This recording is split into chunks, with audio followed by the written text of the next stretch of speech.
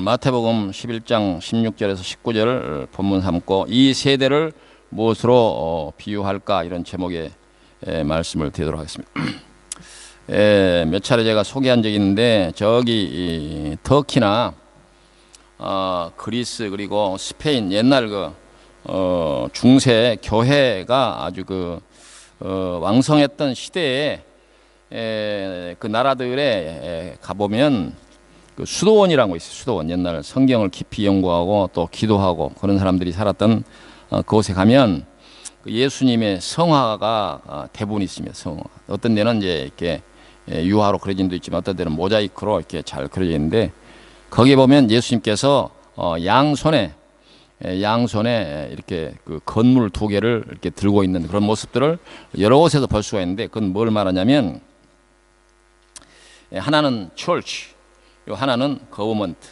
그래서 하나는 교회를 예수님께서 손에 들고 하나는 정부를 이렇게 손에 들고 있는 그게 제 초대교회 이후에 기독교 사상과 기독교 신앙을 가진 사람들의 성경관이다 이렇게 얘기할 수가 있습니다. 예수님께서 이 세상에 하나님 앞에 이 세상을 하나님의 나라로 받들어 올린 방식이 이 정부와 교회를 예수님께서 다스리시고 교훈하시고 그렇게 한다. 이제 그런 얘기가 되겠습니다.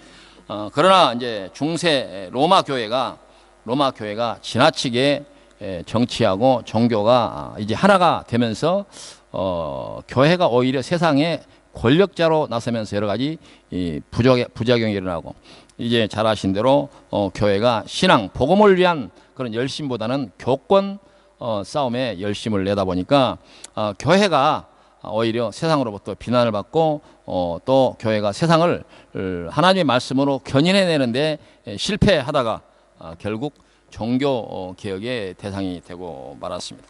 종교개혁 이후에는 이제 두 종교개혁자 한 축이 마르틴 루터고 또 한 분은 이제 요한 칼빈인데 요한 칼빈 같은 경우는 제네바에서 이 기독교의 복음을 정부의 여러 제도와 법으로 이렇게 정착시켜서 기독교 이제 칼빈 그런 이제 신앙의 원리에 따른 그런 정부를 세우려고 노력을 했던 그런 때가 있습니다. 그래서 그 시도하다가 또 실패도 하고 또 그런 일 때문에 교회가 그 정치에 관여하는 것은 썩 좋은 일이 아니다. 이런 그 사람들의 인식이 생기기 시작하면서 종교개혁 이후에는 이제 나라마다 조금씩 다른데 어떤 데는 국교화해서 이제 그 정치의 한 축을 종교가 감당하는 그런 역할을 하는 나라들이 있고 또 한국과 같은 경우는 이제 아예 정치는 넘보지 마라 이렇게 주장하는 그런 교단들이 많이 발생을 했습니다. 그러나 성경적 정신으로 보면 이제 초대교회 당시에 예수님께서 우리에게 보여줬던 그 성화로 보여줬던 그 모습이 성경적 이제 그 교회관 그리고 성경적 정치관 이렇게 얘기할 수가 있습니다. 우리나라는 현재 그 지방선거라고 하는 그 선거가 6월 13일 날 예정돼 있어서 이제 우리나라 각 시도 지사 특별시장, 시장, 군수, 구청장, 그리고 도의원, 시의원, 군의원, 구의원, 그리고 교육감을 뽑는 선거를 치르고 있습니다. 근데 이와 같은 문제를 바라보는 그 교회들이 좀 잘못하는 것 같은 느낌이 드는 것은 이제 목사님들이 각각 생각에 따라서 이런 부분을 얘기하면 덜 신앙적이거나 또 신앙에 일탈해서 왜 목사가 정치를 얘기하느냐 이렇게 얘기하는 경우가 있고 또 어떤 경우는 오히려 그걸 얘기하지 않는 것이 문제가 되는 거 아니냐 이렇게 여러 각색의 그런 의견들을 그런 말하는 그런 경우가 많이 있습니다. 그러나 저는 그 기독교인들은 이제 불신자들보다도 더 적극적으로 이런 문제에 참여하고 또 그 부분을 알려고 노력을 해야 됩니다. 그것이 바로 이제 성경적 기독교를 정착시키는데 매우 유익한 그런 방법이기 때문에 만약에 성경을 알고 세상을 좋은 나라로 만들겠다고 하는 이런 의지와 그런 신앙이 있는 이제 성도들이 잘못된 이런 정치관을 갖게 되면 그 사회의 미래에 좋은 그런 어떤 좋은 나라를 어떻게 기대할 수가 있겠느냐라고 하는 것입니다. 그래서 이와 같은 부분을 건강하게 건전하게 바로 행사하고 또 우리가 대하는 그런 자세가 신앙인으로서 책임 있는 자세고 바람직한 자세라고 할 수가 있습니다. 이제 우리가 할 수만 있으면 성경도 깊이 묵상하고 깊이 알아야 될 뿐만 아니라 일반 사람들보다는 우리 기독교인들은 이 정치에 대해서 최소한 상식선에서 어느 정도는 이해를 하고 있어야 세상을 견인해낼 수 있는 그런 리더가 될 수 있다. 그렇게 얘기를 할 수가 있습니다. 이제 성경에 대한 것만 알면 된다. 이와 같은 것들은 이제 성경에 대한 그 무지에서 비롯된 거 아닌가 이렇게 생각이 됩니다. 예를 들어서 성경에는 이제 거짓말을 하지 말라. 또 그런 말도 있고 뭐 도덕질하지 말라 이런 말들이 있는데 이와 같은 말들을 우리가 신앙적으로 가르치고 또 교육의 방법을 통해서 가르치는 것은 교육과 신앙의 영역이라고 한다면 만약에 도덕질을 할 필요가 없는 나라를 만들어 나간다든지 아니면 거짓말을 할 필요가 없는 그런 사회 프레임을 만들어 나가는 그 역할은 어떤 목이냐? 바로 정치가 감당해야 할 역할이다 라고 하는 것입니다. 그래서 거짓말하지 않아도 사는 세상을 만드는 역할, 그리고 거짓말을 하지 않아도 사는 세상을 만드는 역할이 중요하지 않다. 그건 신앙 영역의 밖에 있는 일이다. 그렇게 그런 생각을 갖게 된다면 그런 사고방식이야말로 이제 문제가 있다. 그런 말입니다.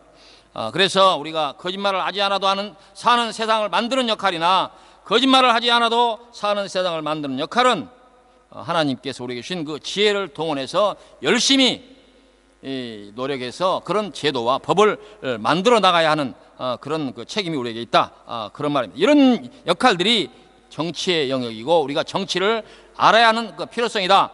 그렇게 얘기할 수가 있습니다.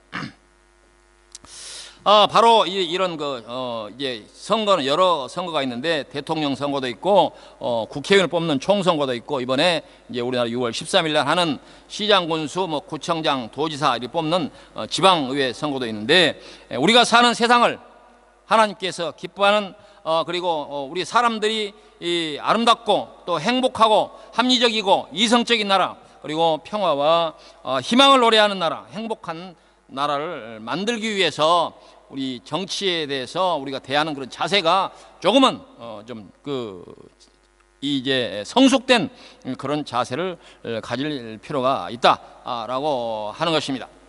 더러 이제 목사님들이나 이런 분들하고 얘기하다 보면 일반 성도들보다도 훨씬 그 부분에 대해서 이해가 안 돼 있는 그런 경우도 종종 있는데 일반 성도들도 그런 생각을 가졌다면 문제가 되지만 목사님들이 만약에 그런 생각을 가졌다면 큰 문제가 아닌가 이렇게 생각이 됩니다.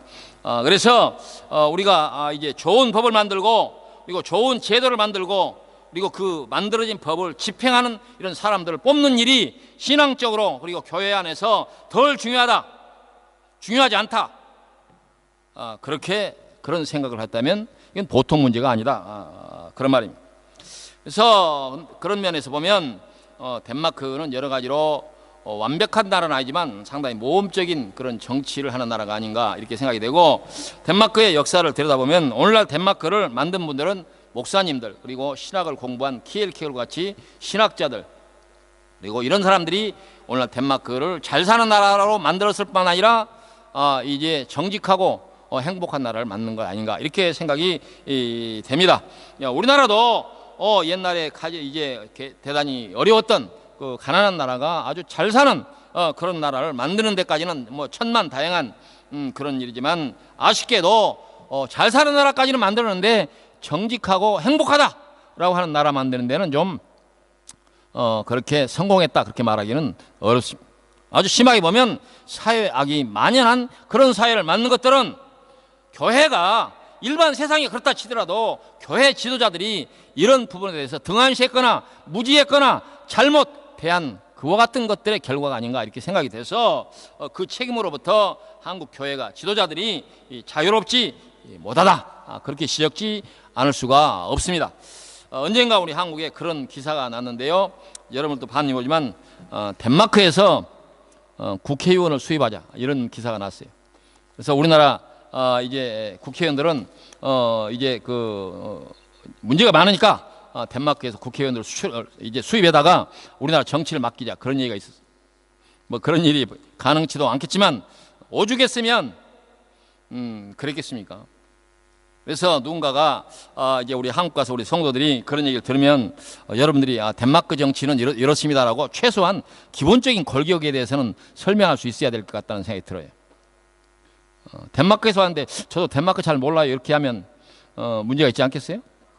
그래서 뭐 학교에 가서 또 뭐 이렇게 타이트한 그런 프로그램을 통해서 배울 것까지 없지만은 최소한 상식선에서 덴마크는 이런 나라다 그렇게 얘기할 필요가 있습니다. 그런 차원에서 제가 좀 말씀을 드리면 덴마크는 국회의원들이 179명인데 그 중에 어떤 데는 뭐 60 몇 %가 국회의원들이 자전거로 출퇴근한다 이렇게 돼 있고 어떤 데는 3분의 1이 국회의원들이 자전거로 출퇴근한다 이런 기록입니다.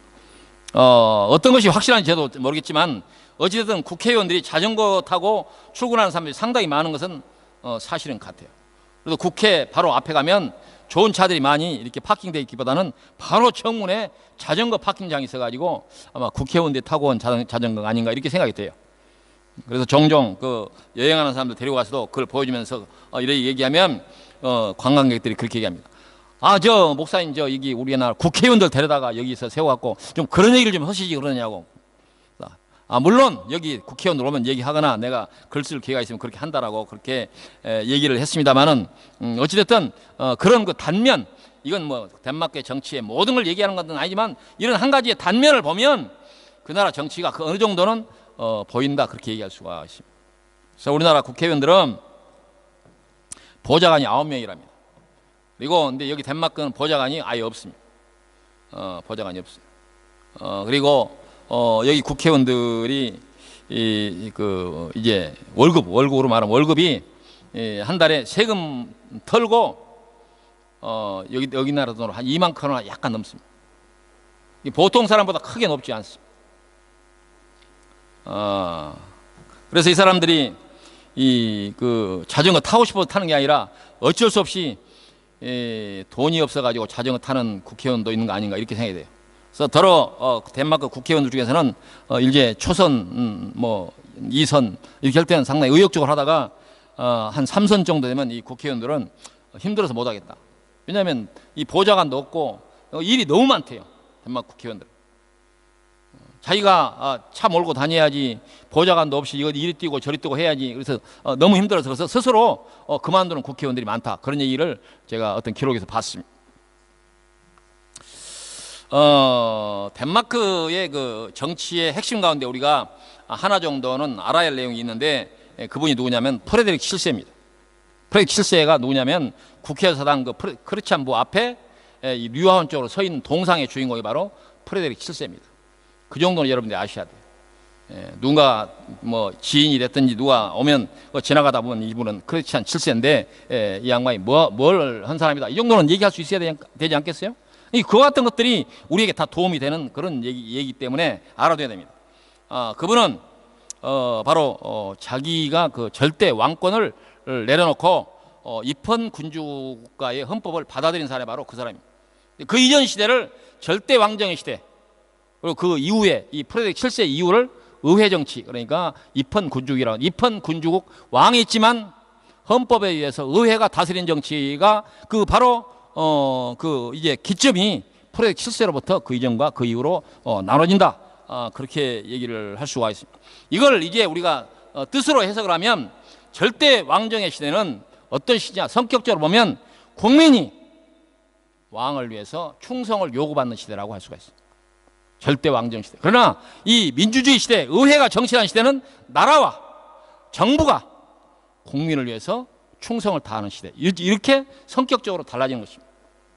그리고 덴마크는 이제 이 프레데릭 7세 이후에 바로 오늘날의 이런 그 덴마크 세계적으로 주목받는 그리고 또 여러 좋은 점이 이렇게 널리 알려지는 그런 정치의 시작이 바로 프레데릭 7세로부터 시작됐고 그분으로부터 복지라고 하는 개념이 들어왔다. 그렇게 복지.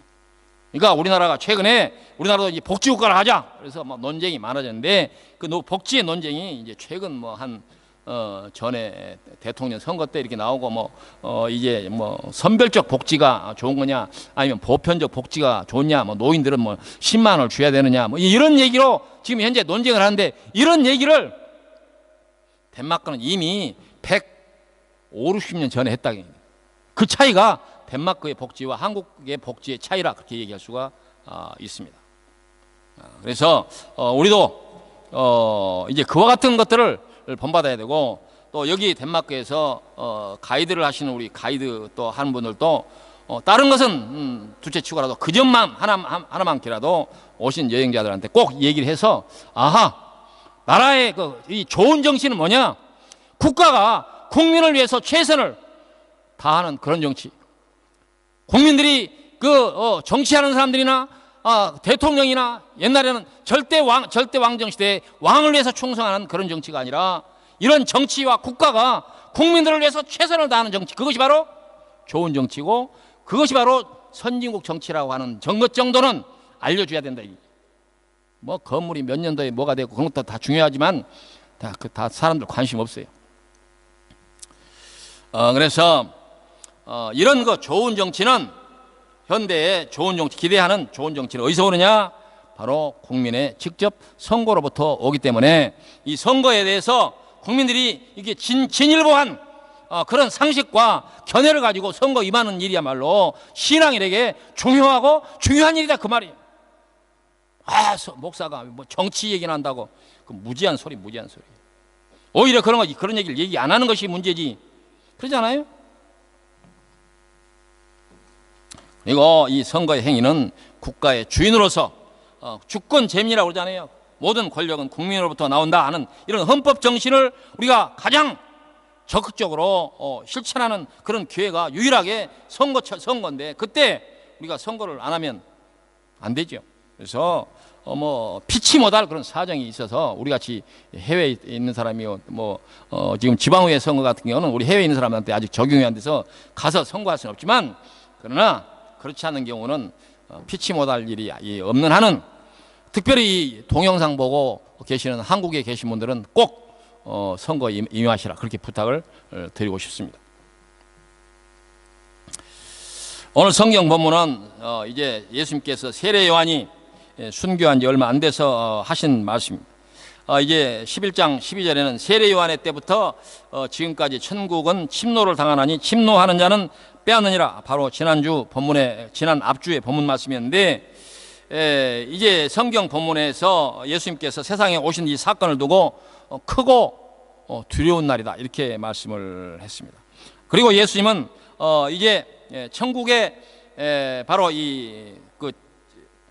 천국은 침노를 당하나니 침노를 하는 자는 빼앗느니라. 그 말은 천국을 전쟁의 상황에 비유해서 빼앗기고 뺏는 이 전쟁에서 승리해야 천국을 갈 수 있다 그런 뜻으로 말씀한 거이다. 그래서 천국 가는 일이 간단치 않다 그런 뜻도 있습니다. 천국 가는 바로 이 세례 요한이 세상에 와서 이제 외친 그의 목소리는 전쟁의 나팔소리와 같은 그의 외침이 당시에 그 예수님께서 지적하신 대로 이 세례 요한의 이 천국을 예비하라 라고 하는 그 외침이 이 사람들이 얼마나 중요하고 우리가 받아들여야 할 만한 그러한 메시지고 복음인데 반해서 예수님께서 오늘 지적하신 말씀은 그러한 중요한 메시지를 듣는 사람들의 자세가 잘못됐다 그렇게 얘기하는 거예요. 장터에서 피를 불어도 춤도 추지 않고 애곡을 하여도 울지 않는다. 그 말은 이 엄청난 메시지를 듣고도 사람들이 반응이 진지하지 못하다 그런 얘기. 이게 큰 문제다. 큰 문제. 천국이 가까웠다. 회개하라. 천국이 가까웠다. 이 메시지에 대해서 사람들이 받는 그 자세와 태도가 진지하지 못하다. 이게.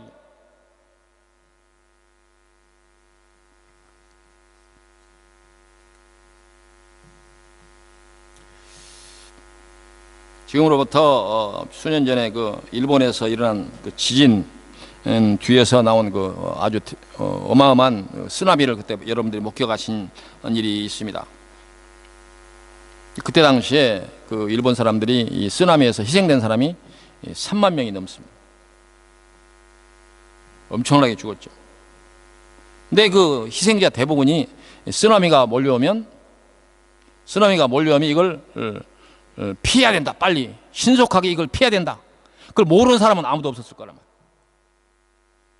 근데 어떤 사람은 그 희생자가 되고 어떤 사람은 살아남았겠느냐. 그걸 모르고 아는 것이 문제가 아니라 피할 수 있는 충분한 시간을 가진 사람은 살았고 피할 수 있는 충분한 시간을 갖지 못한 사람이 희생된 거예요. 아, 쓰나미는 무서운 거야. 그걸 모르거나 아는 것이 문제가 아니라 이 사람들이 그 시간, 피할 수 있는 시간을 충분히 가진 사람과 갖지 못한 사람의 차이다, 그 말이에요. 그 말은 무슨 말이냐? 예수님께서 하신 그 예화 가운데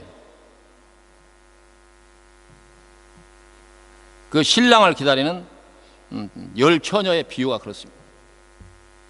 신랑 오기를 기다리는데 어떤 처녀들은 기름을 준비하고 있다가 예수님께 오실 때 나가서 그 잔치 자리에 들어가고, 어떤 처녀들은 기름을 준비하지 않고 있다가 예수님께서 오시니까 그때야 기름을 준비한 처녀들에게 그 기름을 나에게 나눠달라, 이렇게 애걸하는 그런 장면이 나옵니다. 그때 그 기름을 가진 처녀들이 이걸 나누면 너도 부족하고 어차피 나도 부족하니까 파는 사람한테 가서 사라. 그때야 이 처녀들이 기름을 사러 홀레벌떡 가는데 그 뒤에 이 잔치자리 문은 이미 닫히고, 그때 예수님께서 하신 말씀이 그 나중에 온 처녀들이 와서 문을 두드릴 때 주여 문을 열어주소서, 내가 너희들을 알지 못한다 라고 하는 그런 그 이제 예화를 여러분들이 잘 알고 있지 않습니까? 이 때에 관한 것, 시급성, 어떤 일은 이 시급성을 우리가 다툴 때에 시급성 있게 시간을 다투어서 템포 있게 돼야 되는 그런 일들이 있어요. 그러잖아요. 사람들이 뭐든지 준비해야 된다 모르는 사람이 어디가 있어요. 그러나 시간을 다투어서 그걸 준비한 사람이 있고, 시간이 앞으로 나에게 충분히 있을 것이다, 그렇게 생각하는 사람들이 많이 있습니다. 사람들은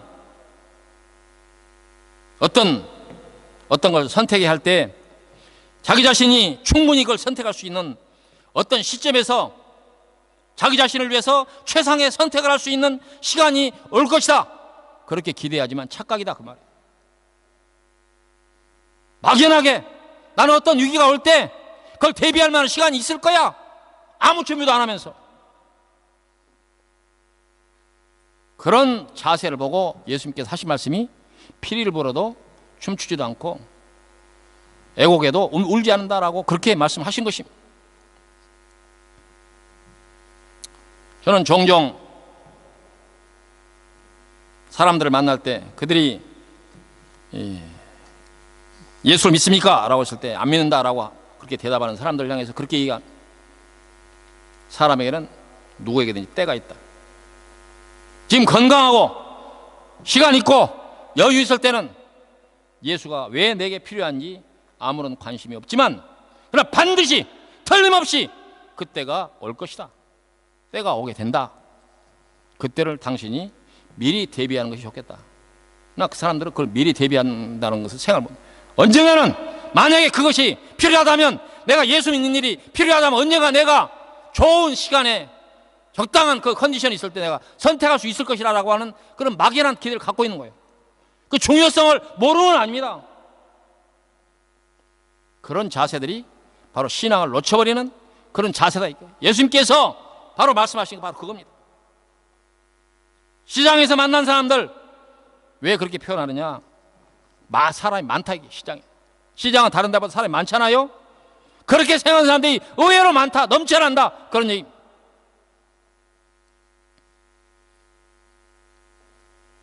그래서 예수님께서 하신 말씀이 그런 적 깨어있으라. 바로 아까 그 미련한 다섯 처녀들을 향해서 향한 말씀인데, 그런 적 깨어있으라. 너희는 그날과 그때를 알지 못하느니라. 도적이 우리가 예측할 수 없는 시간에 오는 것과 같다. 그렇게 말씀을 했습니다. 어리석은 사람들은 불이 났을 때 그때야 허둥지둥 불을 끄려합니다. 그러나 지혜 있는 사람은 불이 나지 않도록 미리 준비를 할 것입니다. 어리석은 자는 전쟁이 일어났을 때 그때야 혼비백산을 가지고 어떻게 할까 이렇게 합니다. 그러나 지혜 있는 사람은 미리 전쟁을 준비할 것입니다. 근데 예수님께서는 우리가 이 천국 가는 일이, 천국은 세례 요한때부터 침노하는 자가 빼앗는다라고 항상 이 전쟁과 같은 이와 같은 성격인데, 이와 같은 일을 우리가 대비하는 그 자세가 전쟁을 준비하고 우리의 목숨이 경악간에 달린 이와 같은 일들을 예비하는 것처럼 하라, 그런 얘기. 근데 사람들은 그렇게 하지 않고 있다. 언제든지 시간이 있다라고 생각을 하게 한다 이기죠.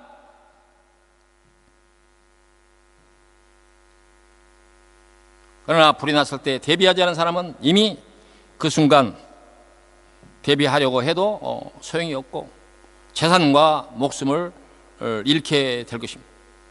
전쟁도 마찬가지. 전쟁이 났을 때 준비되지 않는 나라 또 그 국민들은 속수무책 그 전쟁의 참화를 피할 수가 없을 것입니다. 그럼 우리가 어떻게 이와 같은 일에 준비하고 있어야 되는가? 그건 말입니다. 광야의 목소리를 들으라. 광야에서 세례 요한이 외쳤던 그 말을 들으라 그 말입니다. 그가 뭐라고 외쳤습니까? 회개하라, 천국이 가까웠느냐. 여기 천국은 누굽니까? 예수님이 지금 가까이 와 계십니다. 예수님이 가까이 왔다. 예수님 그 자신도 또 그렇게 얘기했습니다. 마태복음 4장 17절에 보니까 이때부터 예수께서 비로소 전파하여 가라사대 회개하라, 천국이 가까웠느냐. 가깝다는 것은 뭡니까? 시급성이 있고 우리가 준비할 만한 충분한 시간이 항상 있는 건 아니다, 그런 얘기.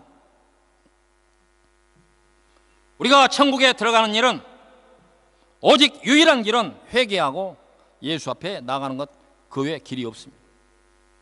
사람들 그렇게 안 믿지만 성경 분명히 똑똑히 예 없는 다른 해석이 불가능한 말씀으로 다른 길이 없다, 그렇게 얘기합니다. 바로 회개하고 죄를 고백하는 것, 그 길밖에 없다. 근데 여기에서 죄는 뭐냐? 이게 죄는 뭐냐? 우리가 죄라고 생각하는 것들이 많이 있습니다. 남을 속이고 거짓말하고 불의한 일을 하고 도적질하고 여러 가지 이와 같은 것들을 죄. 근데 여기서 말하는 죄는 그러한 죄를 얘기하는 것이 아닙니다. 하나님이 없어도 우리에게 구원이 있다라고 믿는 그 마음이 죄입니다.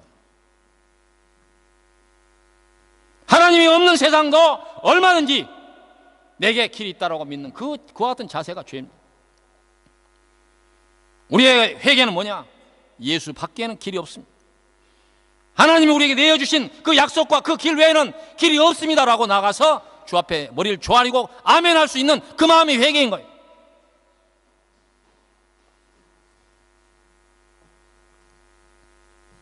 자기 스스로 그리고 세상적인 방법으로 자기 자신이 믿는 어떠한 길이 있다라고 믿는 그와 같은 자세가 바로 죄입니다. 하나님 없는 세계를 믿거나 꿈꾸는 자들이 바로 불신자들입니다. 모든 것은 하나님이 창조하셨고 모든 길은 하나님이 내셨고 그 하나님을 믿어야 우리가 하나님 앞에 나갈 수 있다고 믿는 그 마음을 회복하는 것, 그것이 바로 회개고 그것이 바로 우리가 예수 앞에 나가는 것입니다.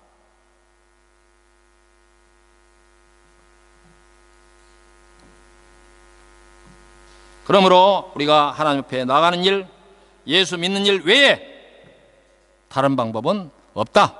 성경은 그렇게 못 받고 있습니다. 주 예수를 믿어라. 그리하면 너와 내 집이 구원을 얻으리라 하였고 하나님께서 우리에게 예수 외에 구원 얻을 만한 다른 이름을 준 일이 없다고 못 받고 있습니다. 오늘 본문에 장터에 앉아 제 동물을 불러 이르되 우리가 너희를 향하여 피리를 불어도 너희가 춤추지 않고 우리가 슬피 울어도 너희가 가슴을 치지 아니하였다 함과 같도다 하신 말씀의 비유는 바로 설명드린 대로 사람들이 이와 같은 긴박성을 알지 못하고 언제든지 자기들에게 시간이 있다라고 믿는 그와 같은 사람들이 의외로 많다, 그렇게 지적하는 것입니다. 그리고 그 복음을 다이아몬드보다도 더 귀한 무엇과도 바꿀 수 없는 이 복음을 듣고 반성하지 않는 사람들, 그 세태를 향해서 예수님께서 탄식하신 것이 바로 그들이 춤추지 않고 그들이 애곡하지 않았다라고 하는 말씀으로 표현하신 것입니다.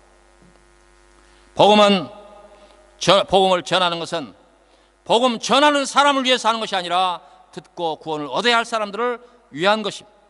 예수님이 이 세상에 오셔서 복음을 전하고 세례 요한이 세상에 와서 이제 그렇게 외치다 순교를 한 것은 자기 자신들 향하여 하라, 그 말을 듣고 회개하고 하나님 앞에 나아가야 할 대상자들을 위한 것이다 라고 하는 것입니다. 그러나 많은 사람들은 그와 같이 생각하지 않고 복음을 전하는 일이 복음을 전하는 사람을 위한 것처럼 생각하는 경향이 많습니다. 예수 믿으시오 그렇게 얘기하면 저 사람은 그 일이 자기 일이니까. 그렇지 않습니다. 그 말을 듣고 회개할 사람을 위해서 그렇게 외치는 것입니다. 회개하라고 하는 말은 말씀드린 대로 우리가 예수 앞에 나아가는 것입니다. 천국이 가까웠다고 말하는 것도 다른 말이 아니라 바로 예수님이 가까이 와 계신다라고 하는 것입니다. 천국은 전쟁에 이기는 자들이 들어가는 곳이며 그 전쟁을 승리로 이끄는 분은 바로 예수님 뿐입니다. 스스로 그 전쟁에서 이기려고 나간 사람은 다 패할 수밖에 없습니다. 어떻게 이 전쟁에서 스스로 이겨낼 수가 있겠습니까? 유대인들이 바라는 메시아는 세상 전쟁에서 승리하는 장수 예수를 바랬습니다. 세계를 지배하는 그런 메시아를 바랬지만 예수님은 이 세상에 오실 때에 그런 세상을 위해서 오시지 않고 성도들의 구원을 위해서 영적 이 전쟁에서 세상의 공중 권세 잡은 사탄과 마귀의 세력을 잠재우고 죽음을 물리친, 그래서 성도를 하나님 나라로 인도하기 위한 장수로 세상에 오셨습니다. 로마서 6장 9절에 보니까 이는 그리스도께서 죽은 자 가운데서 살아나셨음에 다시 죽지 아니하시고 사망이 다시 그를 주장하지 못할 줄을 알미로라. 골로새서 1장 18절에 보니까 그는 몸인 교회의 머리시라. 그가 근본이시요 죽은 자들 가운데서 먼저 나시니 이는 친히 만물의 으뜸이 되려 하시며, 로마서 10장 9절에 보면 네가 만일 내 입으로 예수를 주로 시인하며 또 하나님께서 그를 죽은 자 가운데서 살리신 걸 내 마음에 믿으면 구원을 받으리라고 말씀하였습니다. 그러므로 다른 곳에 길이 있을 수가 없습니다. 그러므로 회개하라 천국에 왔다는 그 음성이 우리에게 얼마나 긴박하고 그리고 우리에게 중요한 메시지로 받아들여야 하는지에 대한 그러한 진지한 무거운 마음이 있어야 하는 것입니다. 그럼에도 불구하고 세상에 사는 사람들은 이 복음을 받아들이고 예수 앞에 나가는 일보다도 더 중요한 일이 있다고 믿는 사람들이 너무도 많이 있다. 예수 앞에 나가서 우리의 죄를 회개하고 주여 당신을 믿습니다라고 고백하는 일 말고 더 중요한 일이 있다고 믿는 사람이 이 세상에 널리 시장통에 있는 것처럼 널려 있다. 어떤 사람은 예수 믿는 일보다도 돈 버는 일이 더 중요하다고 믿는 사람이 있고, 어떤 사람은 예수 믿는 것보다도 명예를 얻는 일이 더 중요하다고 믿는 사람이 있고, 어떤 사람은 예수 믿는 일보다도 권력을 얻는 일이 더 중요하다고 생각하는 사람들이 있습니다. 이와 같은 돈과 명예와 권력을 위해서 이전 투구하는 사람들의 열심을 보면 기가 막힙니다. 돈을 벌기 위한 열심, 그 명예를 얻기 위한 열심, 소위 출세했다고 하는 성공하기 위한 그 열심들이 얼마나 눈물겹습니까? 그러나 예수 믿는 일에 그렇게 눈물겹게 노력합니까? 그런 사람들은 오히려 극소수고 찾아보기가 힘듭니다. 목숨 걸고 예수 믿는 사람들이 그걸 찾아보기가 쉽지가 않습니다.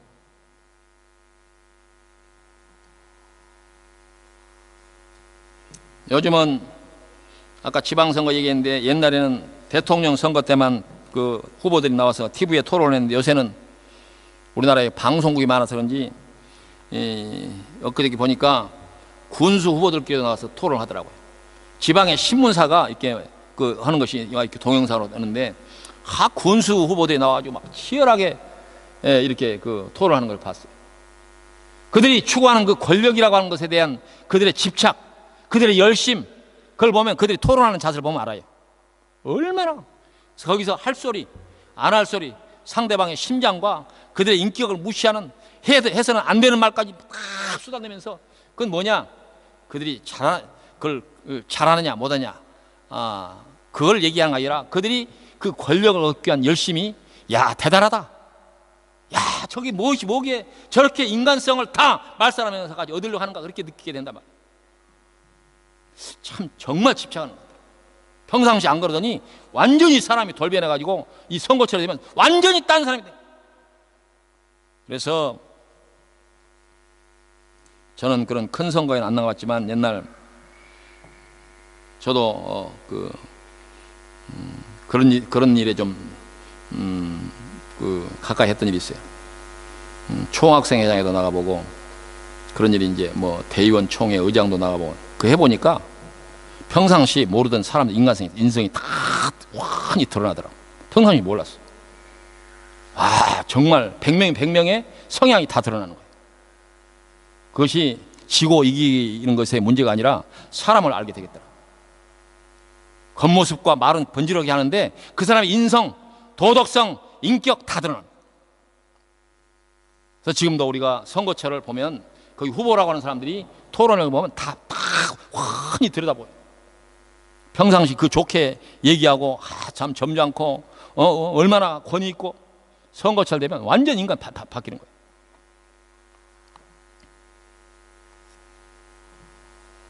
세상의 권력 자리에 나가는 일을 위해서 이렇게 사람들이 아주 집착하고 아주 자기들이 할 수 있는 모든 노력을 하는 것을 볼 수가 있습니다.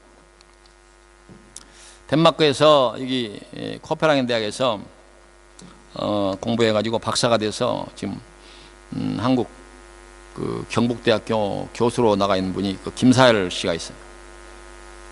그 양반이 그 제가 페이스북하고 지금 종종 연락을 하는데 제가 그랬습니다. 전에 이 선거 한참 전에 경상 대구 교육감에 한번 출마하는 거 어떠냐 그렇게 제가 제안을 했습니다. 그랬더니 김사할 박사 한 얘기가 목사님 저는 그런 주제가 못 됩니다. 저는 그런 주제가 못 됩니다. 근데 그 양반이 출마를 했어요. 출마를 해가지고 제가 이제 관심 있어서 종종 동영상을 이렇게 체크해서 봤더니 그 부인도 다 이 덴마크에서 여기 계시다가 간 분이고 부인도 계명대 무용과 교수고 그 집 아들이 순구 있잖아요. 한국 가서 또 딸을 하나 또 낳았어요. 또 낳아가지고 걔가 벌써 대학생이야. 온 가족이 길거리에서 명함 나눠주고 난리야. 예비 후보 때부터. 그 점잖은 사람이거든요. 선거에 나갔더니 완전 사람이 변해가지고 막 길거리에서 사람들하고 춤추고 뭐 또 토론해가지고 막 열띤 막 침을 튀어가면서 토론을 하고 그 권력을 향한 사람들의 이 속성이라고 하는 것이 대단하다. 그걸 제가 거기 나갈 때 덴마크 교육을 그 슬로건으로 걸고 나가라. 그러면 좀 먹힐 거 아니냐 그렇게 얘기했는데 이번에 엊그저께 토론회 하는 거 봤더니 덴마크 교육을 얘기하고 지금 아주 이 여론조사에서 선두에 있거나 그러지 않아요. 지금 아슬아슬해요. 지금 그런 상황인데 어찌됐든 덴마크 교육을 좀 한국에 좀 접목했으면 좋겠다 그런 생각이 그런 희망이 있습니다.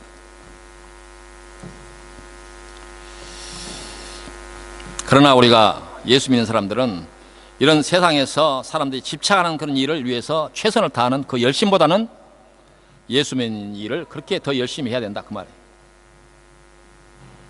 근데 스스로 우리의 신앙을 점검해 볼 때 내가 세상에서 추구하는 일보다도 예수 믿는 일을 더 추구하는가, 아니면 세상 일을 더 추구하는가 스스로 물어보기 바랍니다. 그러면 여러분들 신앙이 딱 드러나요. 남이 뭐라고 할 것 없이 자기 스스로 예수 믿는 일이 더 내게 중요한가, 아니면 내가 현재 중요하고 생각하는 일을 위한 내 집착과 열심이 더 큰가 봤을 때 그게 더 크다면 그 신앙은 다시 점검해 볼 필요가 있다.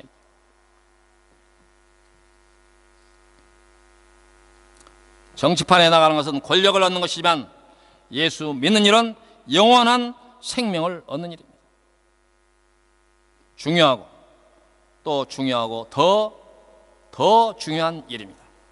예수님께서는 세상 사람들이 이 복음의 말씀을 듣고 광야에 외치는 세리요한의 목소리를 듣고 달려나가는 사람들의 그런 태도를 바랬지만, 그러나 장터에 앉아서 반응이 없는 많은 사람들이 있다고 하는 사실을 예수님께서 지적하고 있습니다. 그런데 오늘 본문 18절에 보니까 이하에 요한이 와서 먹지도 않고 마시지도 아니하며 그들이 말하기를 귀신 들렸다 하더니 인자는 와서 먹고 마시며 말하기를 보라, 먹기를 탐하고 포도주를 즐기는 사람이요 세리와 죄인의 친구로다. 그렇게 얘기한다고 말씀하고 있습니다.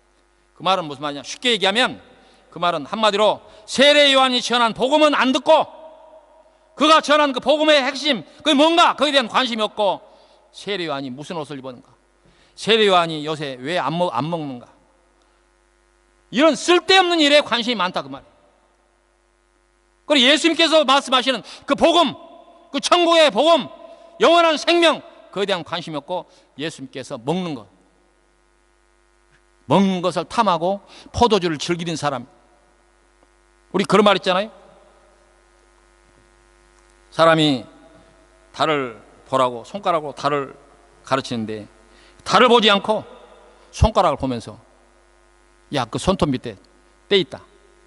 그건 문제가 있는 거 아니에요? 달을 보라 하면 달을 봐야지.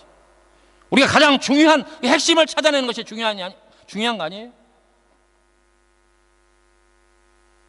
근데 의외로 사람들은 덜 중요한 일에, 인생의 그 생명과 목숨을 다 걸지 않아도 되는 일에 목숨을 거는 그런 예가 얼마나 많냐. 그런 일에 목숨을 걸 것이 아니라 우리가 예수 믿는 일에 목숨을 걸어야 됩니다. 세례 요한과 예수님은 자기 자신들을 위해서가 아니라 세상의 복음을 믿고 구원받아야 할 모든 사람들을 위해서 목숨을 걸었습니다. 순교의 재단에 피를 흘리지 않았으니 그것이 신앙입니다. 그 신앙의 본질입니다.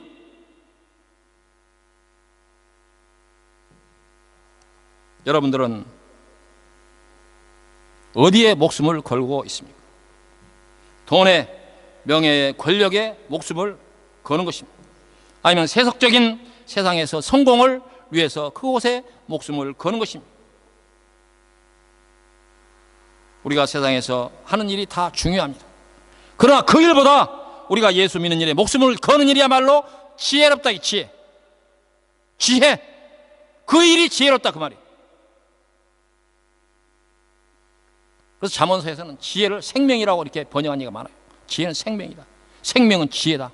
지혜는 생명이다. 생명은 지혜는 이 지혜는 뭐냐?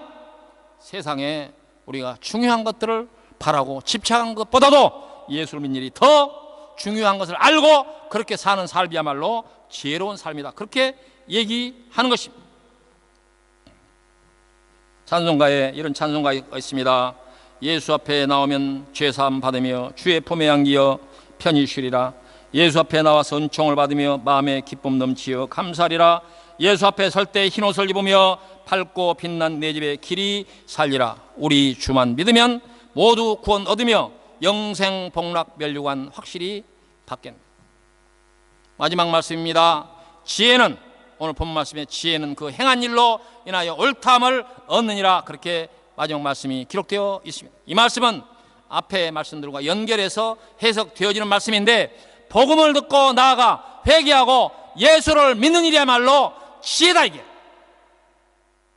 다른 일에 열심을 내는 일은 지혜가 아니다 그 말입니다. 다른 말로 말하면 예수 믿는 일보다 다른 일을 더 중요하게 생각하는 사람은 어리석다 그 말. 어리석다.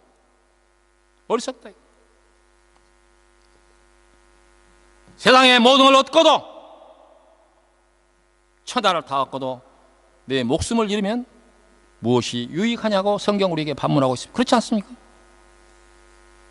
그럼에도 불구하고 사람들은 중요한 것은 중요하지 않게 생각하고 썩고 냄새나고 소멸될 것들을 위해서 자기의 목숨과 시간을 허비하는 사람들이 많이 있습니다. 지혜는 바로 다른 것이 아닙니다. 예수 믿는 일입니다. 지혜는 예수 믿고 회개하고 예수 앞에 나가는 일이 바로 지혜이고 생명의 길이라고 하는 사실. 찬송가 구주의 십자가 보혈로라고 하는 그 찬송가에 구주의 십자가 보혈로 죄 씻음 받기를 원하네 내 죄를 씻으신 주 이름 찬송합시다. 죄악을 속하여 주신 주 내 속에 들어와 계시네 십자가 앞에서 주 이름 찬송합시다. 주 앞에 흐르는 생명수 날 씻어 정하게 하시네 내 기쁨 정성을 다하여 찬송합시다. 내 주께 회개한 영혼은 생명수 가운데 젖었네 흠없고 순전한 주 이름 찬송합시다. 찬송합시다. 찬송합시다. 내 죄를 씻으신 주 이름 찬송합시다. 오늘 본문 말씀 이 세대를 무엇으로 비유할까? 비유하건대 아이들이 장터에 앉아 제 동물을 불러 이르되 우리가 너희를 향하여 피리를 벌어도 너희가 춤추지 않고 우리가 슬피 울어도 너희가 가슴을 치지 아니하였담과 같도다. 요한이 와서 먹지도 않고 마시지도 아니하며 그들이 말하기를 귀신이 들렸다 하더니 인자는 와서 먹고 마시며 말하기를 보라 먹기를 탐하고 포도주를 즐기는 사람이요 세리와 죄인의 친구로다니 지혜는 그 행한 일로 인하여 옳다 함을 얻느니라. 이 말씀 앞에서 마음으로부터 아멘 할 수 있기를 바랍니다. 기도하십시다.